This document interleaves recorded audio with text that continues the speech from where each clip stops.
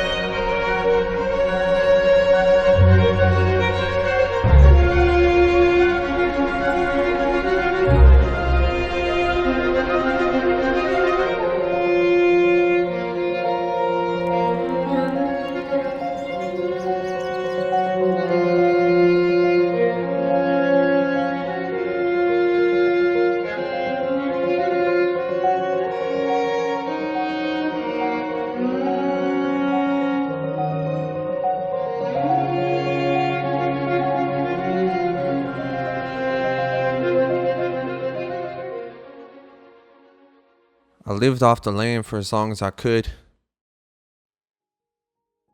I was no brave man, I was a coward. I ran to the woods when it started. I learned that the bucks were too fast for the Zeds. Damn, they were too smart for me most of the time. I was no hunter, but I could do some hunting. I was a mechanic by trade. That didn't help me now.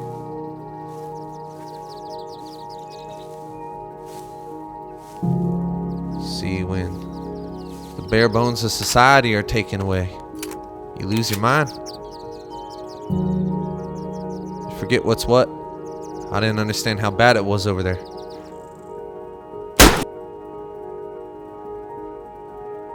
The solitude, the realization that you're alone, that's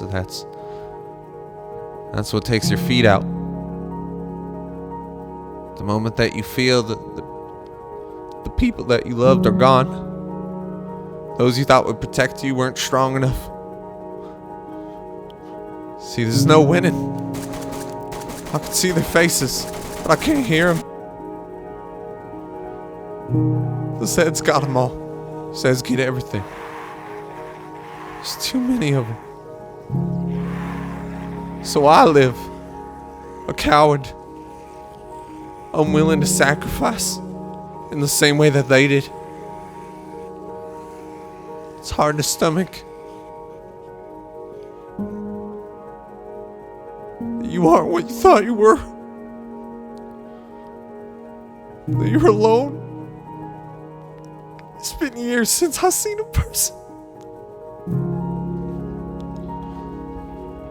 I'm not roaming anymore, though.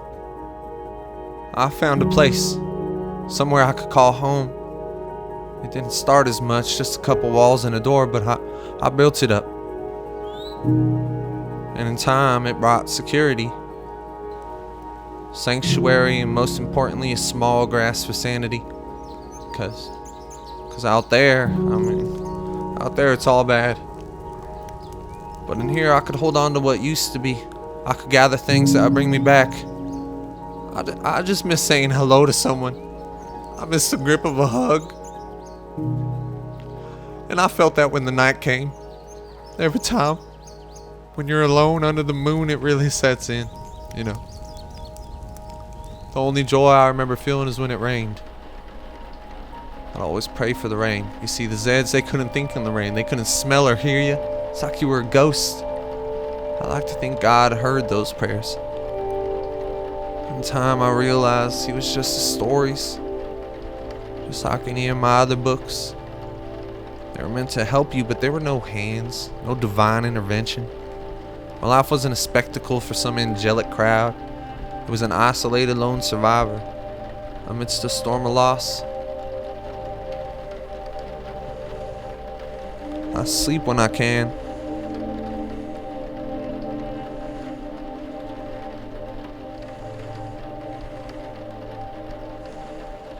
But I always wake up in the sweats.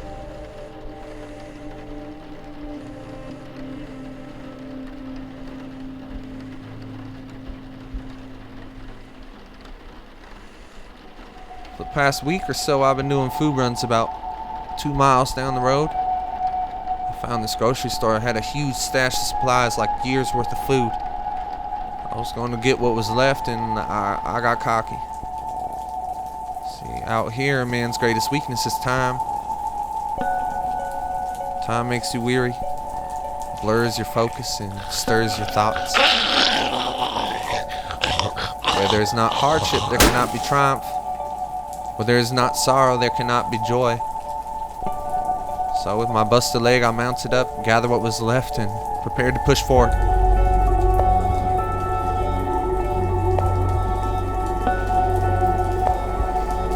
A coward, leaning into the wind, praying to a God that he was sure had already left him.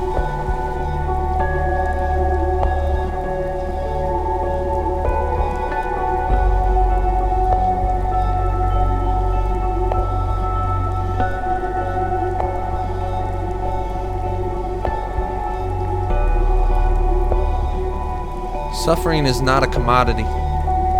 Pain is for temperance. For teaching your mind and body to whom they owe their existence. I was broken. My mind began to wither as a result.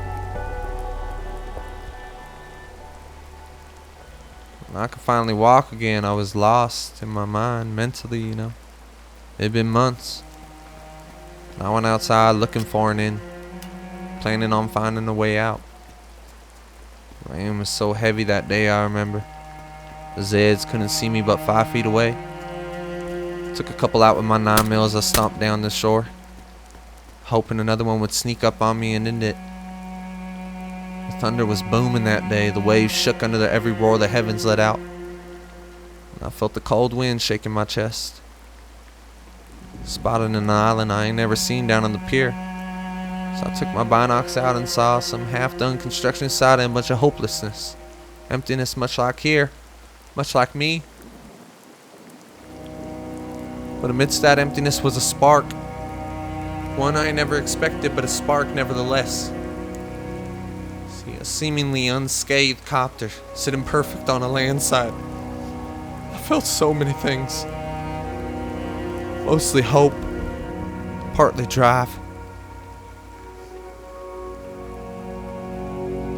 I peered back towards the shore and thought, being consumed by them Zeds.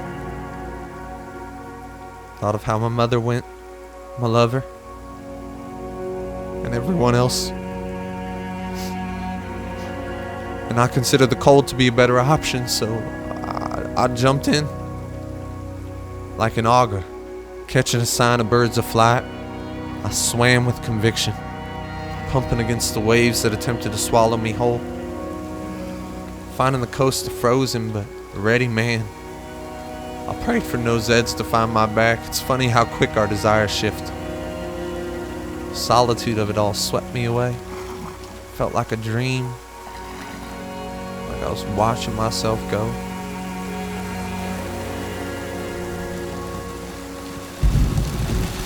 It was nearly empty but not quiet. The blades, they deafened the world around me. I remember the feeling of serenity, peace. It lifted with a jolt, and I struggled to control the bucking, like a wild steed testing me. The wind's roaring through my ears, but I heard nothing. I felt so free, like a bird uncaged, roaming above the dangerous jungle, taunting the beasts that lurk below.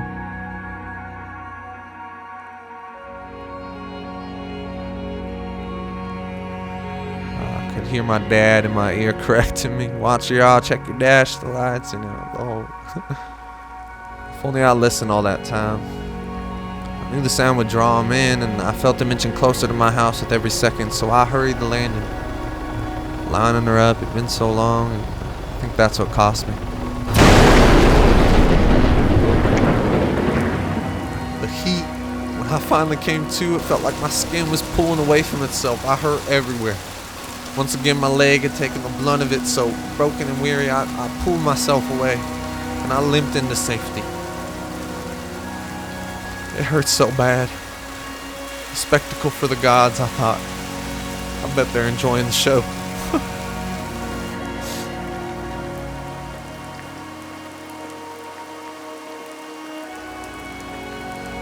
Fire burned through the night, illuminating everything around. I could hear the Zeds stomping through the earth. Felt like titans coming to pull my mind from my bones. But to my surprise, they didn't come. I remember sleeping through the night, warmed by the fire that burned outside. And it was there again for a moment. Peace.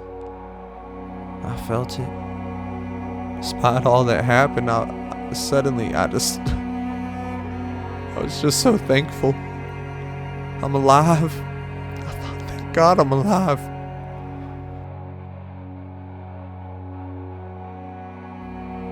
For weeks after the crash, I could hear him on the airstrip. I stayed inside like a glutton, silently eating everything I could get my hands on. I said, if I'm gonna die, I'm gonna die with a full stomach and cavities. Months passed, then years, and I became what I never imagined. Old.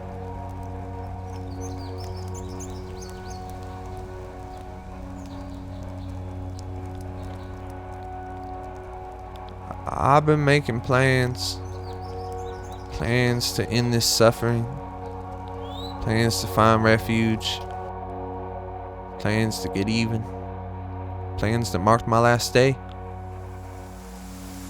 Some divine spectacle. I'd give him a hell of a show.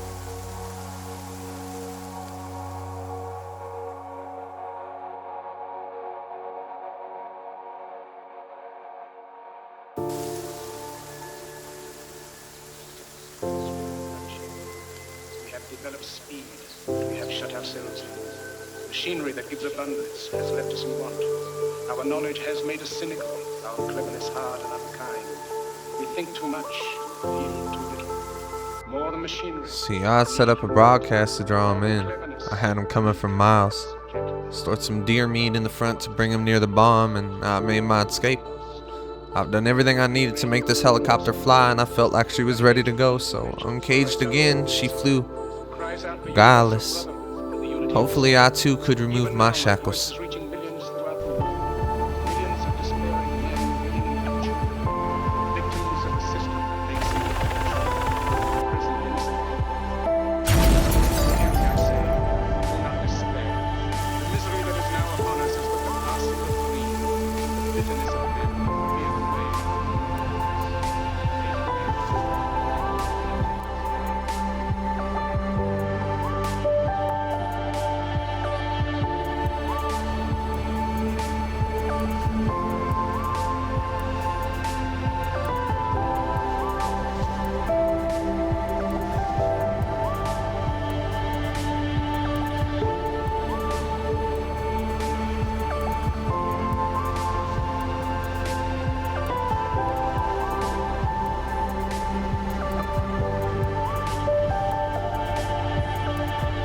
The further I flew, the less hope I felt. Just emptiness. And then my gas tank followed suit. The rain, it was peppering down on my vessel, and I felt some stale type of happiness. I had no way of knowing if there was anyone else left. whether or not someone was out there huddled up in some bomb shelter, maybe adrift at sea. But I hope they, like me, got to live a full life. I'd seen so much, and it could have been so little, but it wasn't, and I'm thankful for that.